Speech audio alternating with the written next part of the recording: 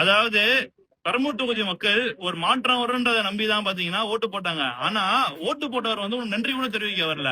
இந்த பாலடைஞ்ச கோட்டை தான் பாத்தீங்கன்னா விவசாயப்பள்ளி தொகுதியோட மின்வெட்டு நிலையம். அதாவது இந்த மின்னரங்கத்துல தான் பாத்தீங்கன்னா பல நாளா வந்து மின்வெட்டுக்காக வந்து புதுநகர் மக்கள் வந்து கோரிக்கை வச்சுக்கிட்டே இருக்காங்க. ஆனா இது சரியான பாடே இல்ல. தொடர்ந்து இப்ப தாவேகா ஆட்சிக்கு வந்ததுக்கு அப்புறமாவும் சரி, மின்வெட்டு முன்னெடுந்ததோட இப்ப ரொம்பவே அதிகமாயிடுச்சு. கேட்டா அதுக்கான காரணங்கள் மட்டும் தான் வருதே தவிர அதுக்கான ஒரு சொல்யூஷன் இது வரைக்கும் கிளியர் கட்டா வரல. நாங்க மக்கள் எல்லாரும் சேர்ந்து இன்னைக்கு வந்து இங்க கேட்டிருக்கோம். கேட்டும் போதும் என்ன சொல்றாங்கன்னா இது சரியாகும் தான் சொல்றாங்க.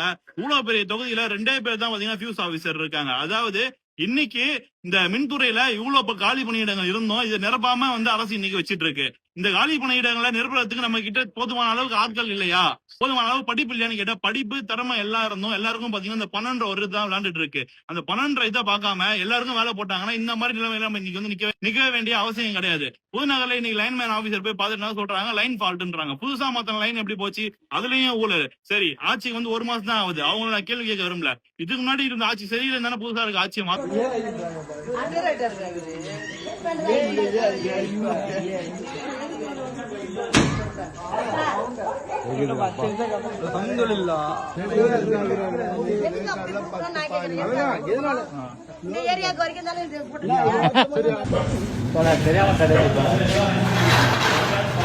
கேபிள் பாட்டு வணக்கம். சிஎம் தொகுதியிலிருந்து அதாவது பாத்தீங்கன்னா பெரம்பூர் வட்டத்துக்கு உட்பட்ட புதுநகர்ல வந்து தொடர்ந்து மின்வெட்டு ஏற்பட்டுன்னே இருக்கு. இன்னைக்கு பாத்தீங்கன்னா புதுநகரை சேர்ந்தவங்க எல்லாருமே வந்து சர்மாநகர் மின் நிலையத்தில் வந்து உட்கார்ந்துட்டு இருக்கோம். தலைவர்கிட்ட கேட்டதுக்கு என்ன சொல்றாங்கன்னா இங்க லைன் மேனே கிடையாதான், அவர் வந்து SS ஆபரேட்டரா. போட்டுருவீங்களா இன்னைக்கு?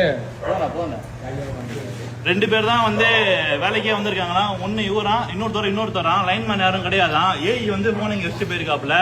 ஒரே ஏஇ போன் வச்சுட்டு இருக்குது. ஏஇ போன் எடுக்க மாட்டாப்புல. அரசாங்கம் எதுக்கு தான் ஒரு போன் வழங்குச்சோ தெரியல. மக்கள் இந்த மாற்றத்தை கேட்கல. மக்கள் கேட்ட மாற்றமே வேற. முதலமைச்சர் அவர்கள் பாத்தீங்கன்னா கண்டிப்பா இதுக்கு நடவடிக்கை எடுக்கணும். யார் 2 பேரும் போறாங்க? அதிகாரி